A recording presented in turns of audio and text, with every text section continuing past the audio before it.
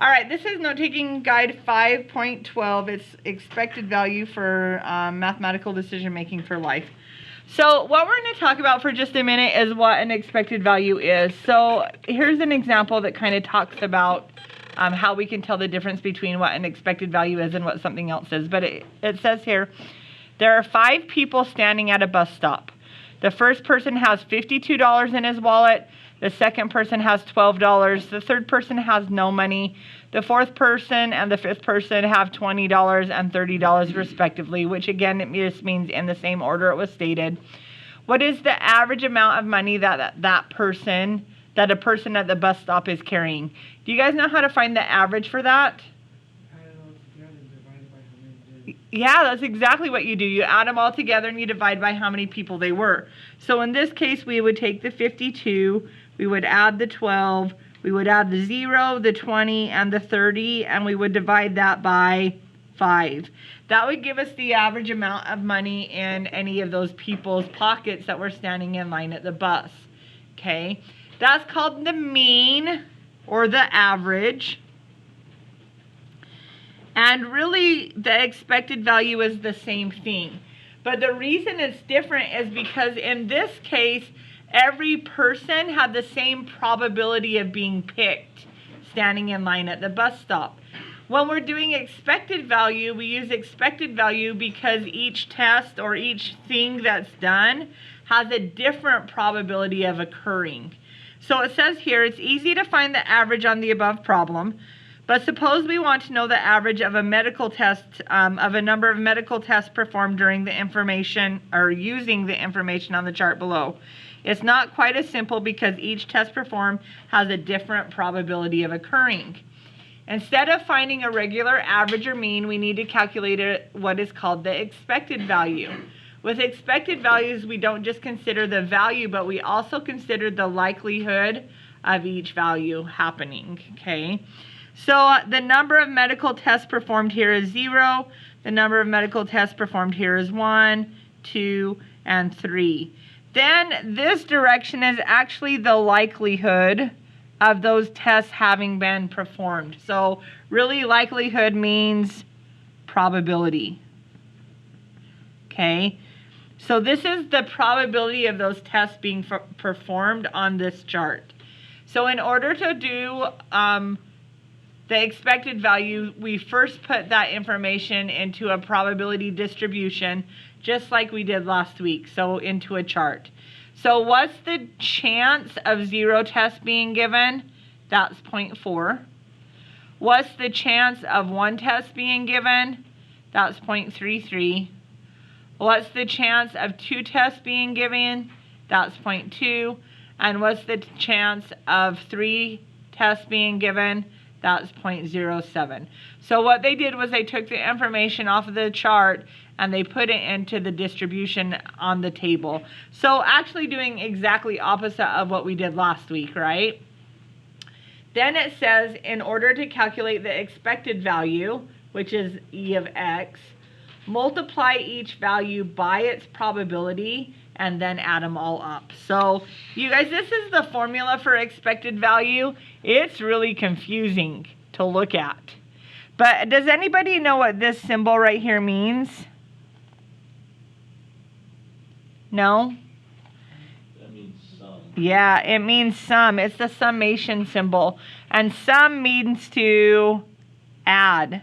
So really what it says is that it says add all of your probabilities times by the chance of them occurring. So the number of tests times the probability of them occurring, and we're going to add all of those together.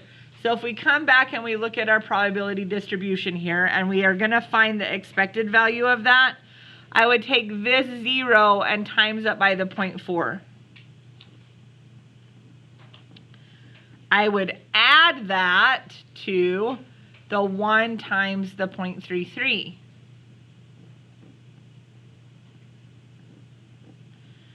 What am I going to add to it next? The 2 times the 0.2, right? I'm just grabbing this information off of my table. And what's the last one I'm going to add to that?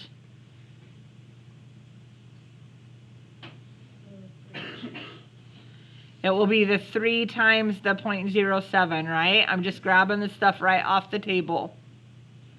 So 0.07. Then this is just really arithmetic from there. This is finding the expected value. So punch that in your calculator and get me a number.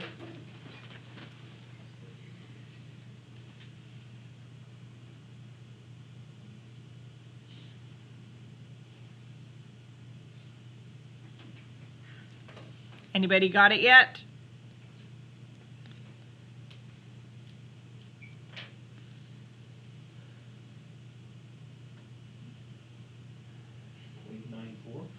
That's what I got also, 0.94.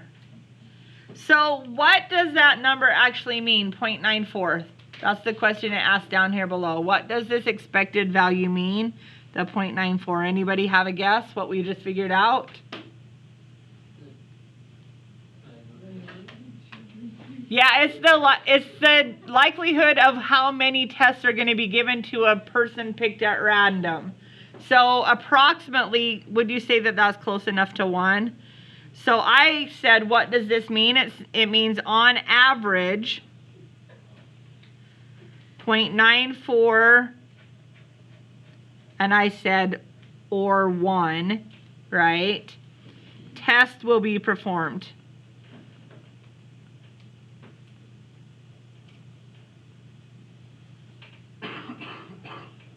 Okay, because you can't perform 0.94 tests, can you, on a person?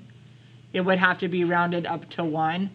So what we found there is, on average, given these probabilities of a test occurring, an average person being picked at random would have 1 test performed on them. Okay, that's what an expected value tells you, is on average what's going to happen. So let's do a couple more examples. This time we're going to have to figure out the numbers to put into the table ourselves. So the first example here is a dice game. It says we get to roll 1 dice, which is nice because we know the probability is rolling 1 dice, right? It says when we roll a 5, we win $5. When we roll a 6, we win $10. Any other roll wins nothing. Okay, so how much do we win when we roll a 1? Nothing, which is 0 in math, right? How much do we win when we roll a 2? Nothing. How much do we win when we roll a 3? Nothing. How about when we roll a 4? Nothing still. But when we roll a 5, how much do we win? $5. And when we owe a 6, how much do we win? $10. Okay, so those are our ways that we can win money rolling 1 dice. Does anybody remember what the probability is that you would roll a 1? 1 out of whatever dice number it is. Yeah, and there's 6 sides on a dice, so 1 out of 6, right? And anybody got that as a decimal point number? What's 1 out of 6 as a probability as a decimal point? Is that 1/16?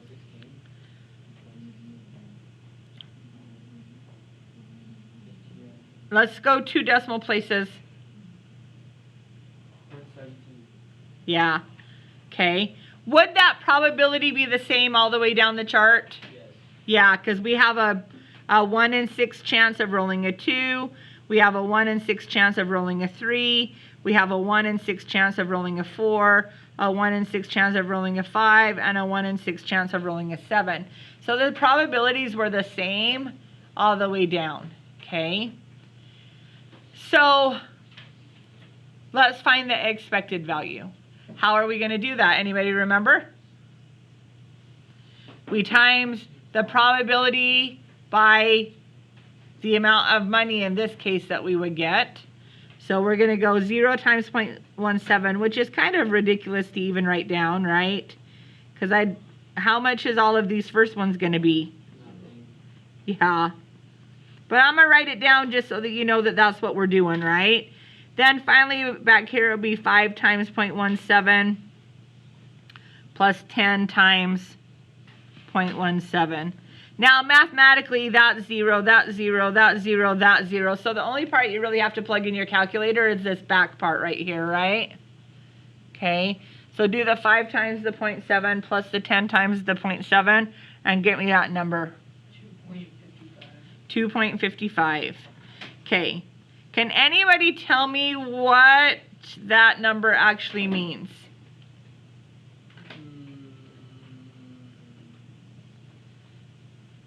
It means on average, if you play this game, how much money do you think you would win?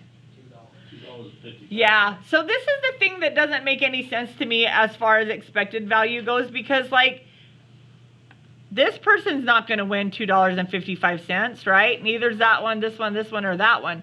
So the expected value takes the average of all of those things happening, and it gives you the average or the mean of those things occurring. So the questions down here at the bottom kind of ask this question. It says, a game like this is typically not free. You have to pay to play. How much would you be willing to pay? That's funny, that should be pay. How much would you be willing to pay to play this game?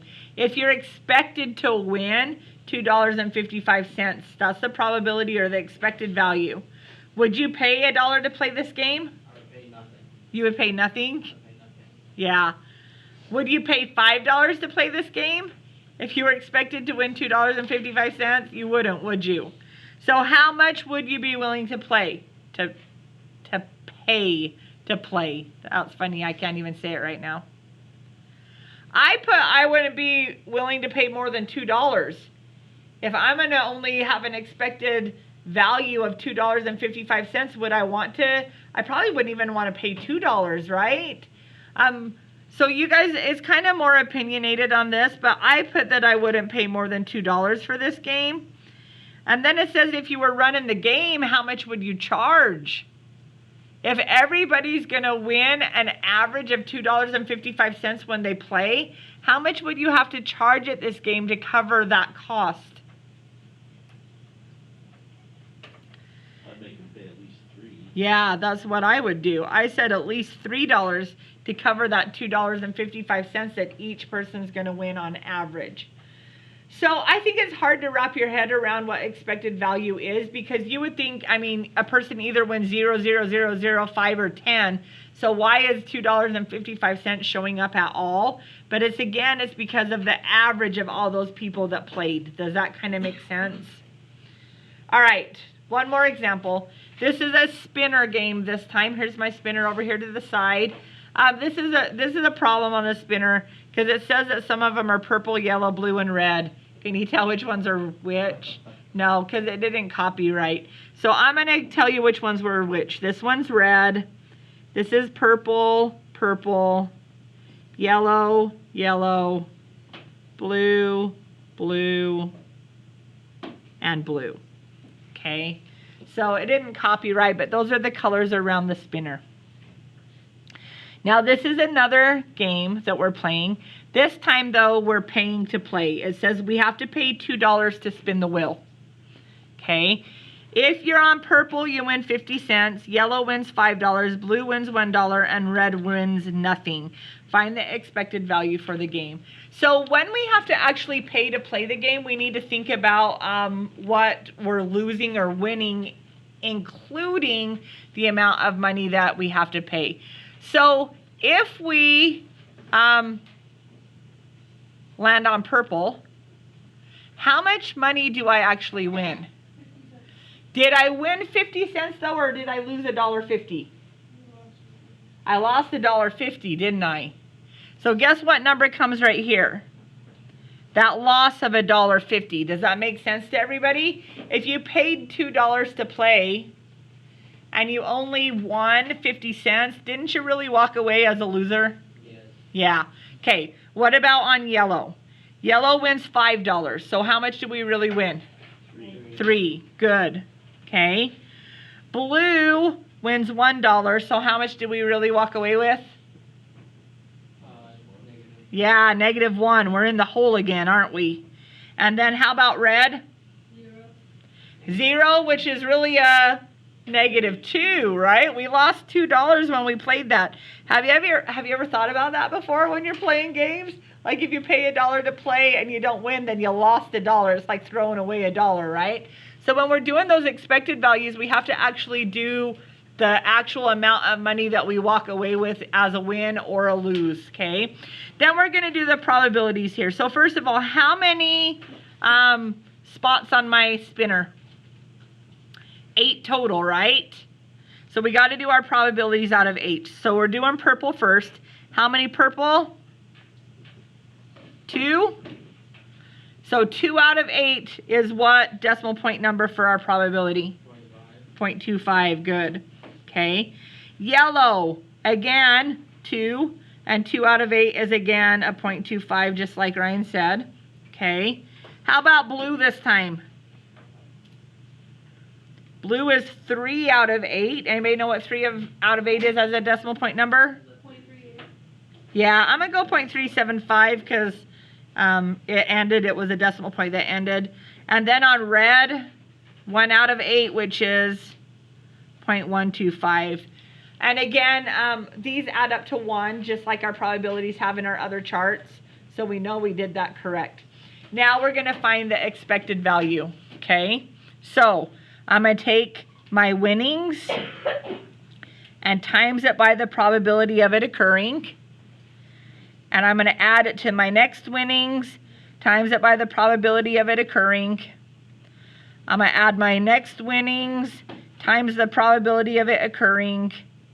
And then one more time, my next winnings, times the probability of it occurring. You're going to just punch that into your calculator now, and that will find us our expected value. So take a minute and punch that in and just shout it out at me when you get it.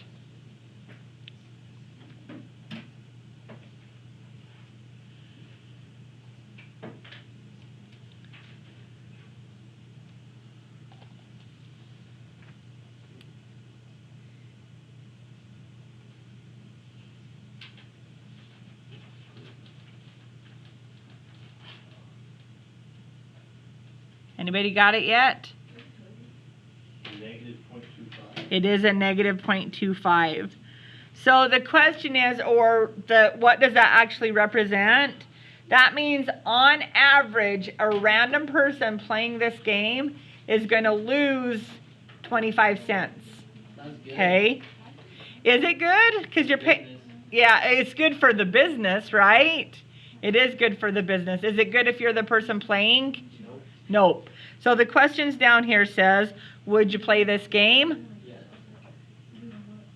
Would you play that game if you knew you were going to on average lose 0.25 or 25 cents every time you played? I mean, I wouldn't if I knew I was going to lose money every time. Like, that's on average. Like, you have a very low chance of actually winning money on this. Is this game fair? Yes. Do you think it's fair? Yeah. To the person who owns the game, maybe, right? I'm not sure that I think that this game is fair. I mean, it's fair because you know that you're losing money. Okay, so if you did the math and you knew you were losing money, I agree with you on that. I have to actually say that I don't think this game is fair. You guys could justify it another way if you wanted to, but mathematically, if on average everybody loses money, it's probably not fair to the people playing the game, but it is probably fair or good business for the people who own the game.